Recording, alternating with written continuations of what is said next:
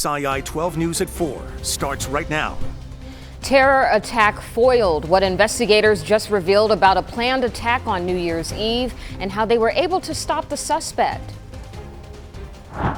And plus, what we now know what sparked the deadly fire, killing dozens of people celebrating New Year's Eve, how investigators say the flames began and what they're prioritizing as the investigation moves forward. And later, a new year brings new changes to post offices across the country. What you need to know before you mail out important documents. Well, terror plot foiled. Today, the Department of Justice and the FBI announced the arrest of an 18-year-old Mint Hill man believed to be planning a New Year's Eve attack. Our Chris Peterson joins us in the studio with the details on the arrest and the investigation.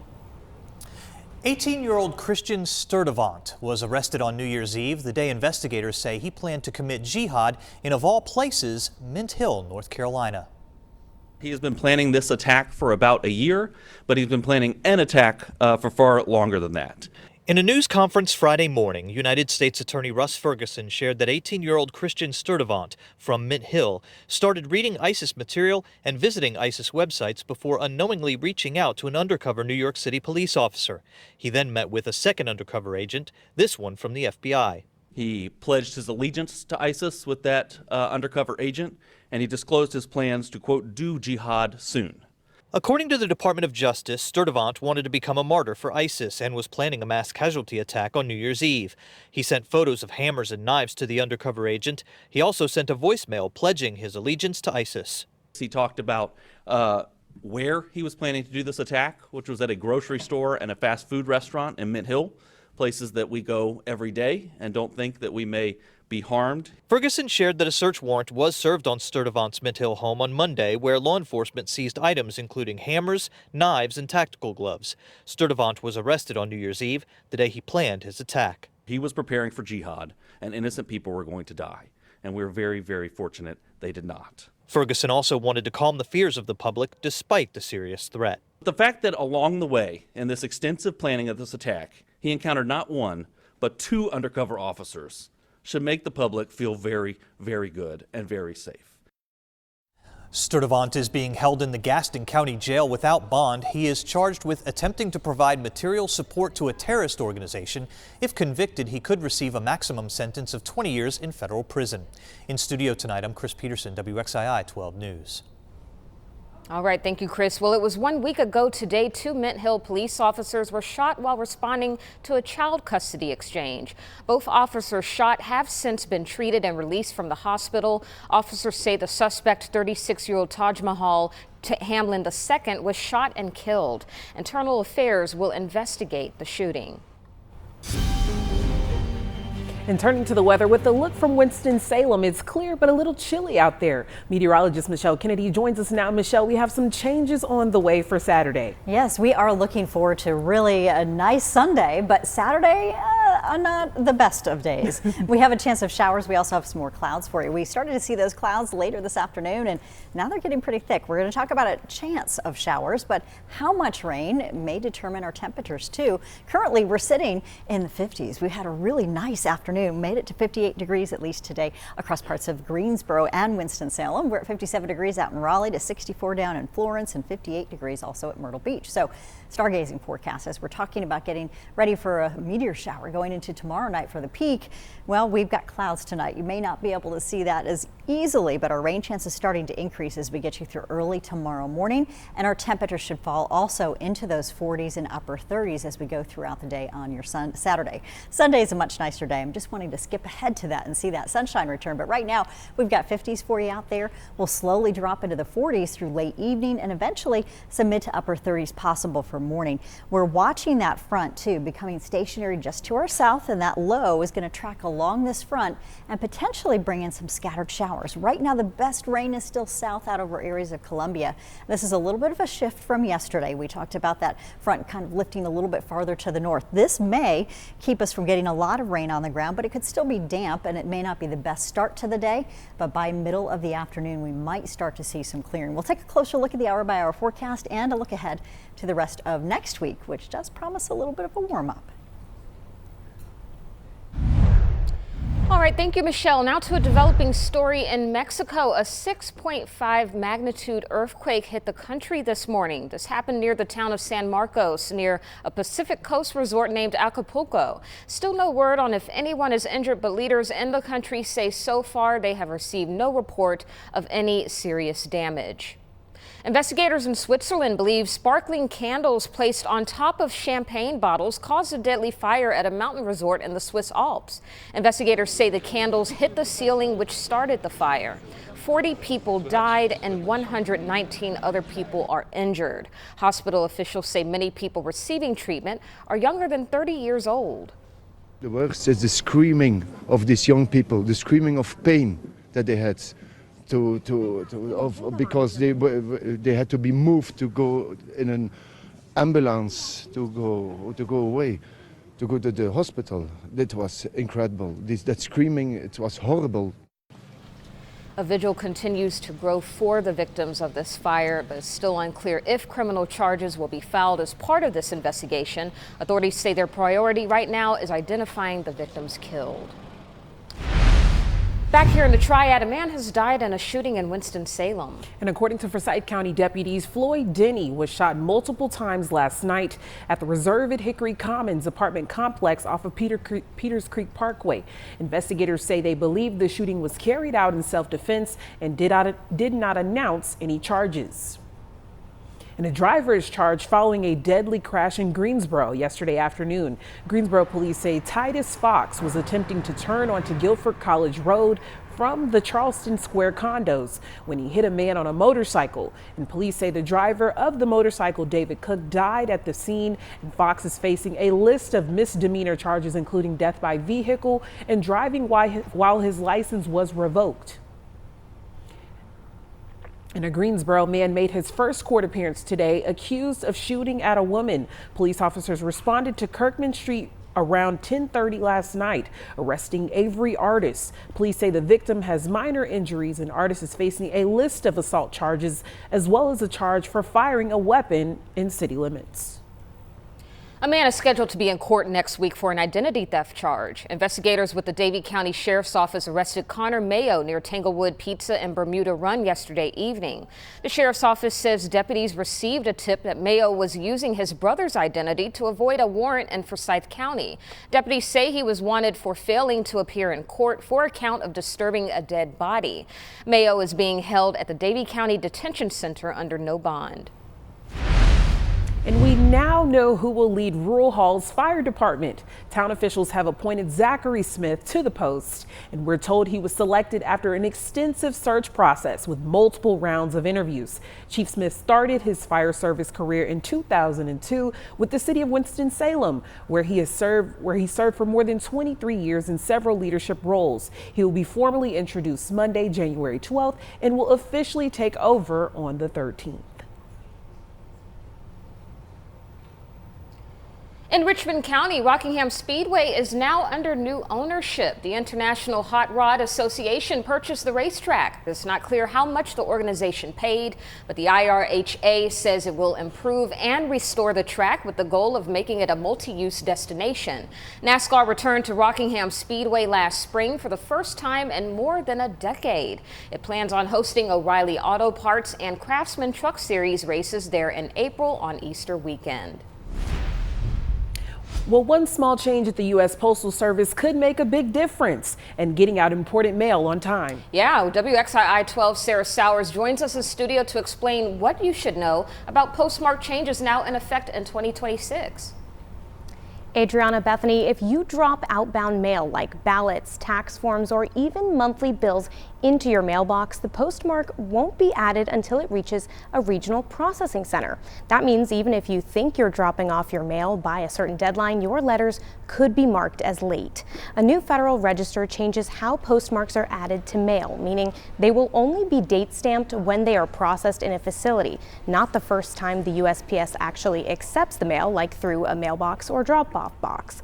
But there are ways to ensure that your mail is marked with the same drop-off date for free after you've added your postage. The USPS recommends that you take your mail to the post office for a hand postmark by one of their employees for time-sensitive items like mail-in ballots, tax documents, and bills. That ensures that the mail is marked as accepted by the USPS with the same date that you dropped it off to a facility. They also recommend mailing items earlier than the date a ballot or bill might be officially due. Recent changes to USPS processing eliminated multiple daily trips between the post office locations and regional processing facilities, which is why this postmark change is taking place. The USPS added that there are paid postmark options for certified mail or registered mail, which both include tracking information for your letter or package. In studio, Sarah Sowers, WXII 12 News. Our athletes deserve the same standard as the men. Paving the way in women's basketball and beyond in our Game Change Hers series. Up next, we highlight one woman's impressive career in athletics.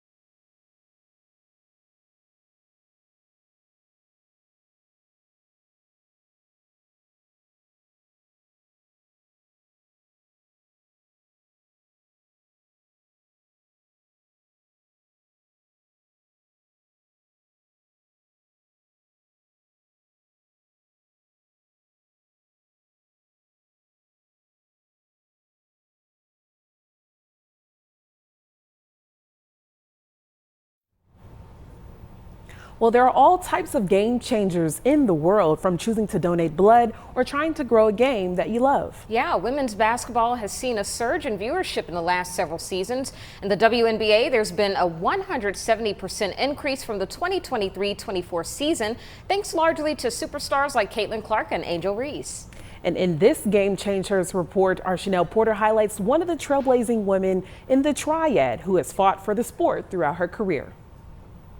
Our athletes deserve the same standard as the men. These words are what Dee Todd has focused on her whole career. An alum of Winston-Salem State, her list is full of first, becoming the ACC's first female commissioner, to the first female athletic director at North Carolina A&T, to later being inducted into the WSSU Hall of Fame. The story of first doesn't stop there.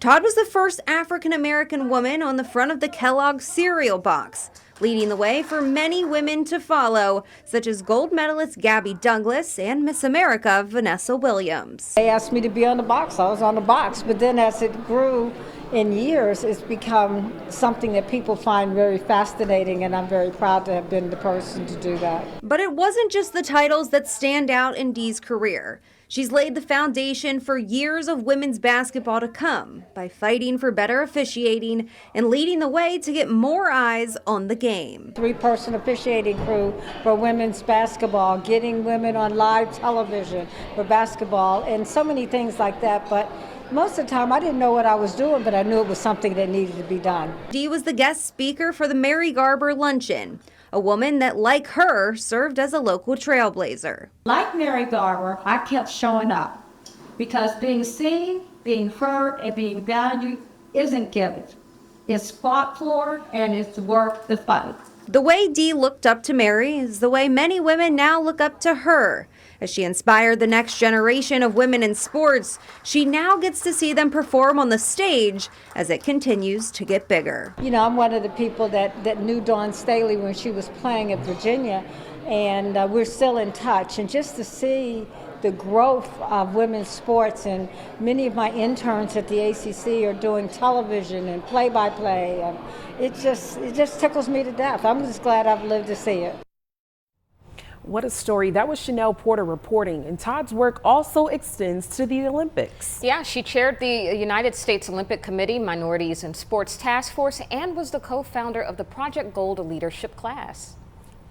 What a story. Now, Michelle, I've been seeing some lingering clouds in our area. Are we expecting any changes ahead to the weekend? Well, we've got those rain chances still coming in for us as we go through the overnight hours. The limited rainfall totals, though, are expected now as the system could just sit to our south and bring us the lighter rainfall to the north. And so temperatures currently, after a cloudy day, warming to 60 degrees out there in Liberty. We had 58 degrees in Asheboro. We're at least at 60 degrees in Bermuda Run. Also about 60 degrees in McLeansville. So in eastern Guilford County, some nice warm spots there too, with 47 degrees though in Sparta. This is a big improvement from yesterday. We were sitting in the upper 30s still to just near 40 in a couple of spots. 56 degrees in Rendezvous Mountain. Nice to have that west-southwesterly flow.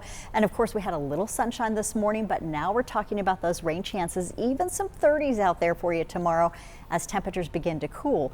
Let's take you through the hour-by-hour forecast. You can see that we're sitting in the 50s currently, and what we have looking forward to the overnight hours are temperatures that are actually going to hold in the low to mid 40s. So we don't see huge temperature drops right away.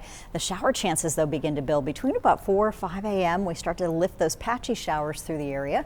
More scattered showers possible from 7 until 10 a.m. And then we're going to get some waves of light showers possible from 9 until 11. This is all dependent on the track of that low. Yesterday it was looking like it would be just a little bit farther to the north, and we may see some fluctuation in this too within the next 12 hours. We're going to be able to pinpoint that even more for you. A little bit of drying in the mid-levels though could keep us from seeing much of the rain on the ground.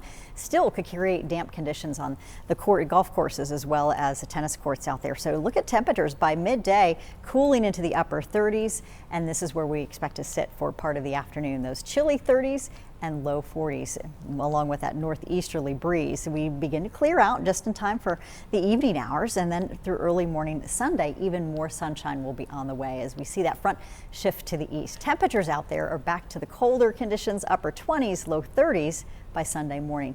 Afternoon highs, though, they're going in the right direction. We'll get you back into the upper 40s to near 50, which is where we should be this time of the year.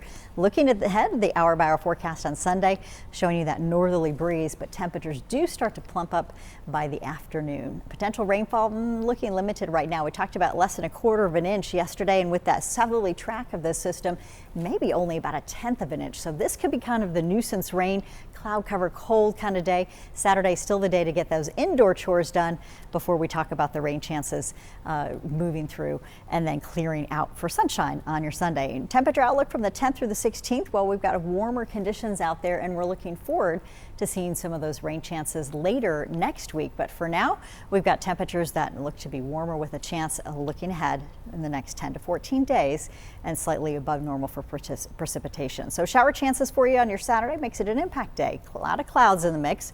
We do clear out by Sunday.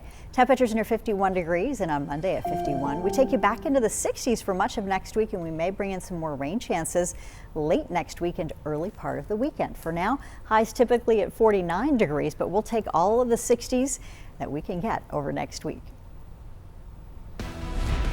Thank you, Michelle. Taking a look at post-New Year's traffic out there. Here is traffic along I-85 at Youngs Mill Road in Greensboro at this hour, where it looks like traffic is moving along smoothly out there. No slowdowns to worry about at this time. My first thought was, that's weird.